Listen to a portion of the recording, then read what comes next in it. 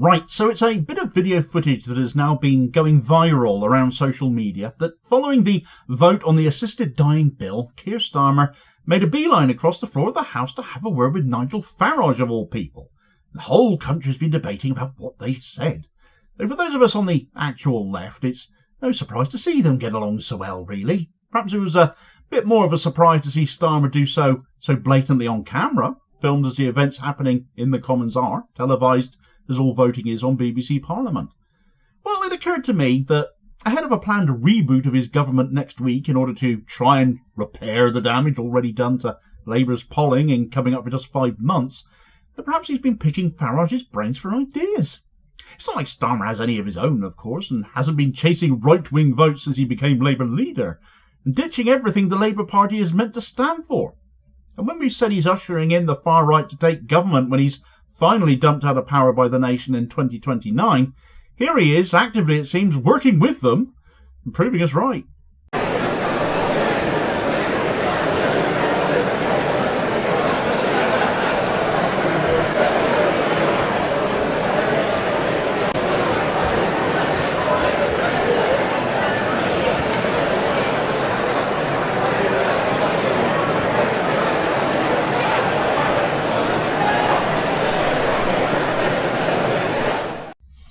Right, so that was that clip of Keir Starmer hurriedly running across the floor of the House of Commons, though not for the reasons most of us had been hoping for, to permanently join the Tories where he belongs, but perhaps they aren't right-wing enough, as he made a direct line for Nigel Farage. And although the conversation was brief, it was animated, so it was clearly something of significance, given it happened in the Commons at that as well, directly after the assisted dying bill. You'll have noted that Tory MP David Davies was also standing there until it became readily apparent that Starmer was going to ignore him completely. Not important enough for him. Not only Farage was. But what was it all about? Suppose it was to do with the assisted dying bill. It's not like there are enough Reform UK MPs to make any difference to that. Successfully passing second reading, making it to the committee stage. Still, unfortunately, progressing on its way to becoming law at this moment in time. And reaching a point where, well, as Diane Abbott said to Victoria Derbyshire, who was standing in once again, but sadly not replacing Laura Koonsberg on her Sunday morning show, where Abbott said of it, we're moving to a situation where it will be cheaper for a GP to get a very ill person to sign on the dotted line for assisted suicide than to find them a place in the hospice. But Farage actually voted against this. And one reason for that possibly is his relationship with Trump. There's all going on about abortion bans in the US, as we know he is. So he's telling women on his crackpot social media platform Truth Social that they will no longer be thinking about abortion. Lo and behold, Farage positions himself here as ardently pro-life too, wanting a debate to roll back the abortion limit, which is all very rich considering all 5 of Reform UK's MPs are white men, one of which has a conviction for beating a woman up. So now them deciding that telling women what they can do with their bodies is something they should be deciding for them, well, that's not going to go down well, is it? But where that might mark a difference between Starmer and Farage, there are far more instances where they share common ground. And we can go back a ways to see where the relationship between Starmer and Farage was already a thing, and a toxic one at that. Take the general election, for example.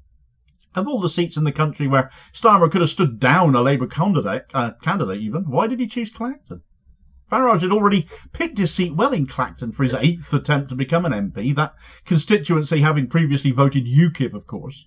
But then Labour inexplicably pulled their candidate out of Clacton, owusu-nepaul, who wasn't likely to win, admittedly, but with his colourful fashion sense, he was nonetheless proving a popular figure when out campaigning. He was gaining popularity on social media as well, particularly after a campaign trail clash between him and Farage saw him go viral. And all of a sudden, his posts were eclipsing even Keir Starmer's, and that was never going to help Farage either, was it? Or indeed sit well with Starmer's ego. Nowhere else in the country did Labour pull a candidate, but owusu-nepaul was uniquely pulled out of Clacton and redeployed elsewhere to try and shore up the vote of other vulnerable MPs who were deemed at risk.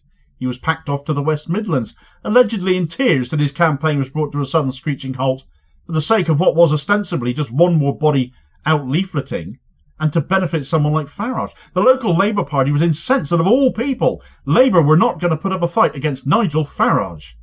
They were fighting the Green Party more than Reform UK Limited's leader. So was Starmer already cozying up to Farage from then? We can look at other examples where policy positions appear to overlap as well. Borders, for example. Immigration. That's taken a pretty hard bashing from Labour in the rhetoric department, hasn't it? Deportations are now at an historic high, apparently. Border command, one of Starmer's election pledges, and one he's seemingly been determined to keep for a change. And hasn't turned out to just be another lie. Though, of course, it has been just as ineffective at stopping desperate people fleeing goodness knows what from getting here in small boats, risking their lives in small boats. And people have continued to lose their lives in the attempt as well.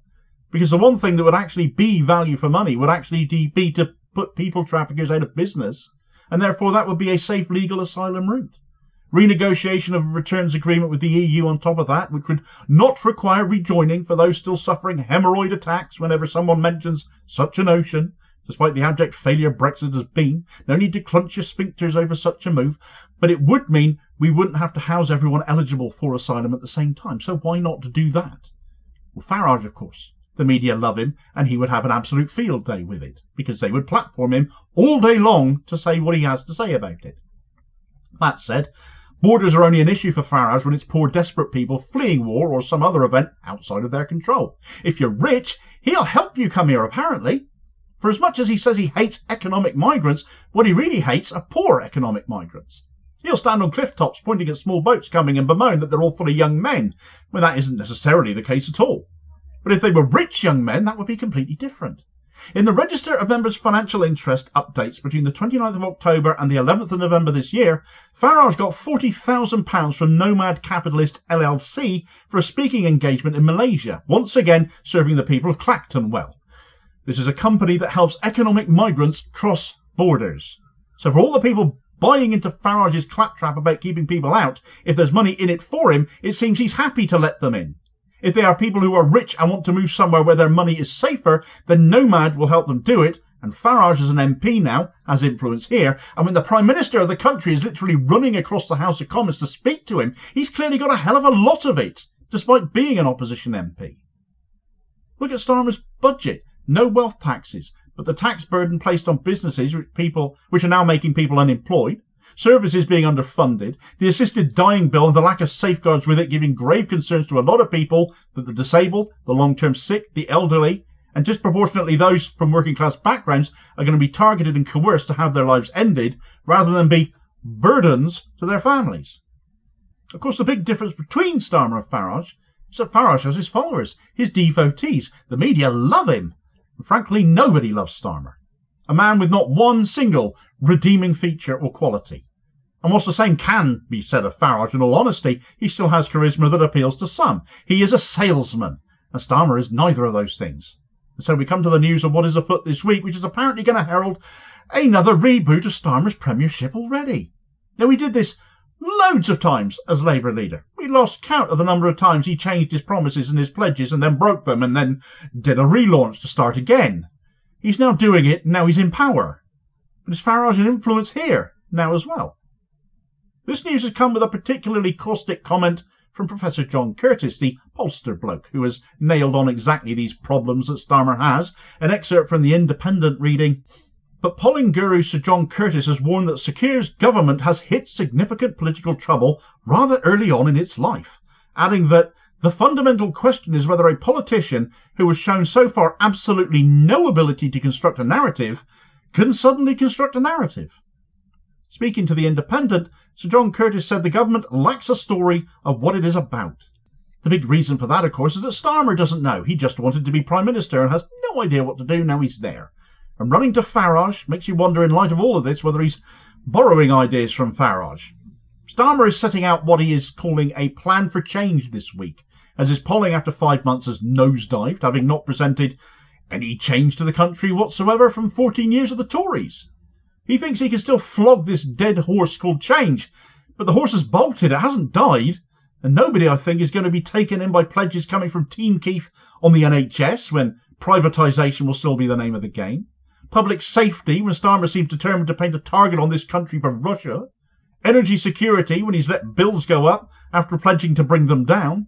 And social mobility, when if you're poor, he's going to take your money, and if you're poor and old or infirm, his assisting dying bill will apparently assist you to die instead. It doesn't matter what he says, because he won't be trusted on it. You won't be believed. He's lied too often, too many times for too long. You can't win trust back when you've abused it as much as he has. Running to Farage, well, it all adds up to the notion that Starmer's actions are going to herald a Prime Minister Farage in 2029, as the media will enable it. Starmer's failure to achieve anything drives the Overton window ever further to the right, as he's convinced that's the way to go. And people will be convinced that more and more right-wing politics is more and more normal by all of that. Starmer has failed and needs to go, and can't go soon enough. Labour cannot revise its fortunes or its polling with him in charge. And that should be all the more obvious if, despite his massive majority and all the MPs he has at his disposal, turning to Reform UK Limited appears to still be his go-to response. And we'll soon see what shape his reboot takes to know whether or not this is true. For more on the details of that assisted dying bill and why it is so horrific and absolutely needs to be stopped in its current form, even if you believe in the humanity of a peaceful end, you absolutely need to watch this video recommendation as your next watch, because this bill is not that. Not as it's currently written. Please do like, share and subscribe if you've not done so already to help support this channel, and I'll hopefully catch you on the next video. Cheers folks.